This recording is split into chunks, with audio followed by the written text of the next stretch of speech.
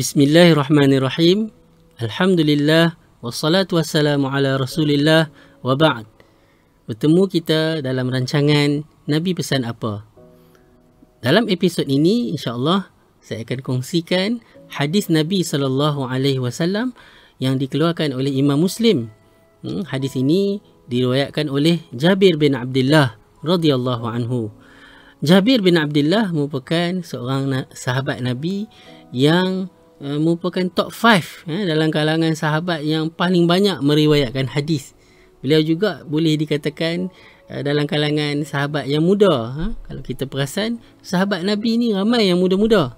Termasuklah Jabir bin Abdullah Al-Ansari, seorang sahabat Ansar. Jabir bin Abdullah menceritakan hadis ini. Dia sebuah hadis panjang. Kerana dia menceritakan perjalanan Nabi SAW mengerjakan haji. Seumur hayat Nabi hanya melakukan sekali haji, dan itulah haji yang terakhir. Yang pertama dan terakhir lah sebenarnya. Cuma dia disebut sebagai Hajjatul Wada', haji selamat tinggal lah. Kerana beberapa bulan setelah haji, Nabi SAW menghembuskan nafasnya yang terakhir. Dalam haji itu Nabi SAW juga menyampaikan khutbah di Arafah. Yang khutbah itu dikenali sebagai khutbatul wada', khutbah selamat tinggal jugalah. Bayangkan, inilah satu peristiwa yang berlaku yang menghimpunkan paling ramai umat Islam di satu tempat, dan Nabi menyampaikan khutbah baginda. Dan antara pesanan Nabi di orang panggil apa, pada peristiwa yang penting ini, di khalayak yang terlalu ramai ini, Nabi menyampaikan pesanan ini yang akan saya kongsikan. Apa Nabi SAW bersabda? Ittaqullah fin nisa. Masya Allah, Nabi pesan, antara pesanan-pesanan Nabi dalam khutbah tersebut, Nabi pesan tentang wanita, tentang isteri. Konteks hadis ni tentang isteri. Wahai lelaki, wahai suami, berwaspadalah kamu, berjaga-jagalah kamu, berhati-hatilah kamu dalam melaksanakan tanggungjawab kamu sebagai suami terhadap isteri kamu. Itu maksud dia. Ittaqullaha fin nisa. Kenapa Nabi kata fa innakum akhadhtumuhunna bi amanatillah wastahlaltum furujahunna bi kalimatillahi ta'ala.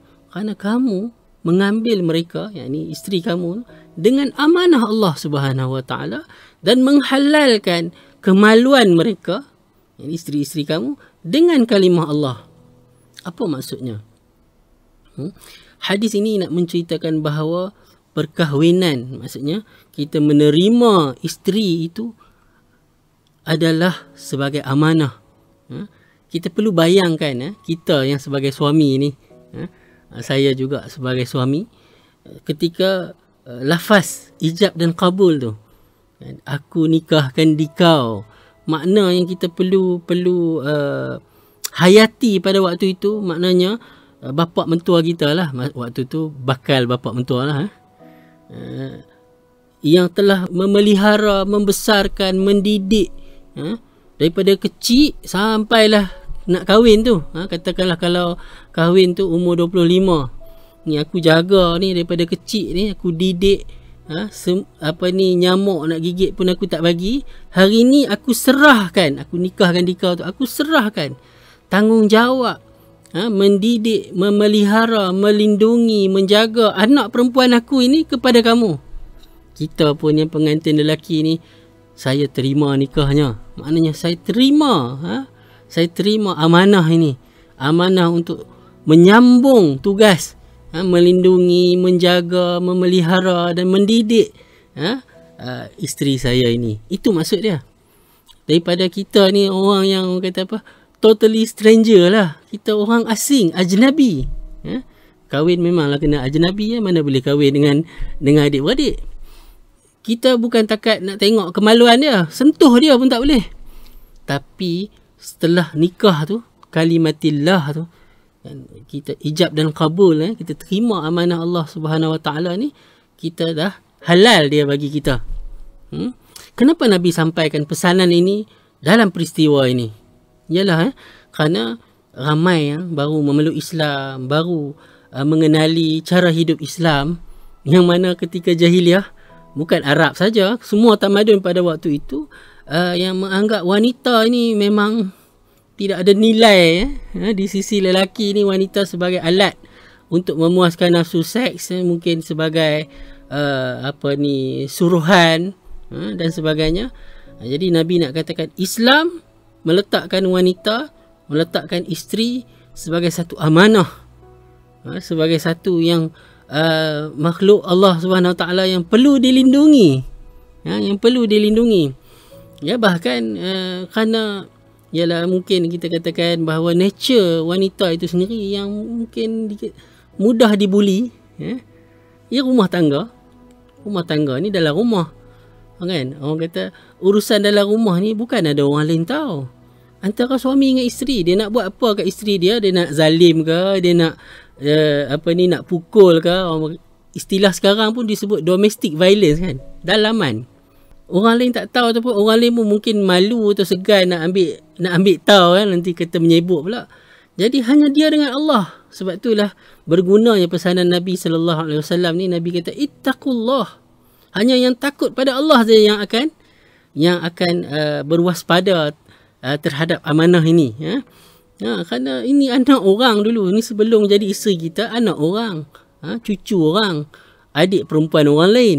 Sekarang kita dapat dia sebagai isteri, kita buat ikut suka kita.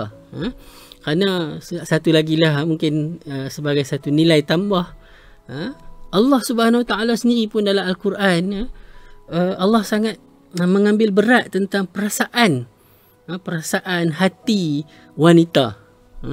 Dalam Quran ada surah An-Nisa, tak ada surah Ar-Rijal. Ada surah Maryam, macam bila Allah ceritakan tentang Maryam, yang baru melahirkan Nabi Isa alaihi salam.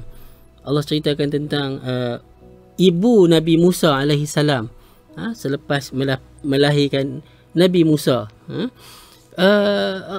Ialah bila Allah kata mak ibu Nabi Musa ni kan terpaksa hanyutkan anak dia supaya tak dibunuh oleh tentera-tentera Firaun. Apa Allah kata dalam surah Al-Qasas, dia ada panjang, ada beberapa ayat dalam surah Al-Qasas tu. Allah Subhanahu Wa Taala bersabda, faradadnahu ila ummihi kay taqarra ainuha. Allah katakan kami kembalikan bayi kamu ini supaya tenang hati kamu. Jadi Allah concern, hati ibu kan terpaksa menghanyutkan anak dia. Jadi kami kembalikan anak kamu kepada kamu tu. Wala tahzan, supaya kamu jangan sedih. Allah pun tak mau lukakan rasa sedih hati ibu ni. Begitu juga dalam surah Maryam, bila Allah kata kepada Maryam, fakuli washrabi wa qarri aina, makanlah dan minumlah, dan tenangkanlah hati kamu. Jadi menarik bila kita lihat ayat-ayat Al-Quran, betapa Allah Subhanahu Wa Taala meraihkan nature wanita ni, yang halus.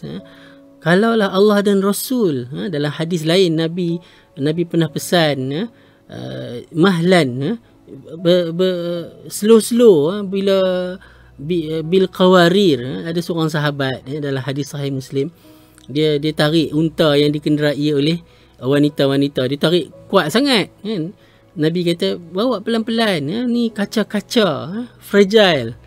Jika Allah dan Rasul sangat concern dalam menjaga, mengambil berat tentang wanita, siapalah kita, hamba Allah Subhanahu Wa Taala yang tergamak ataupun sanggup berlaku kasar dan menyakiti wanita.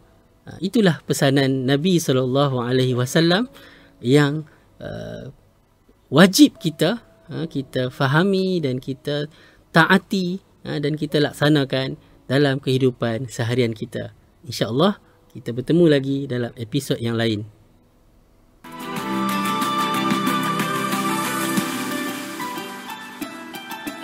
Bersama membina masyarakat.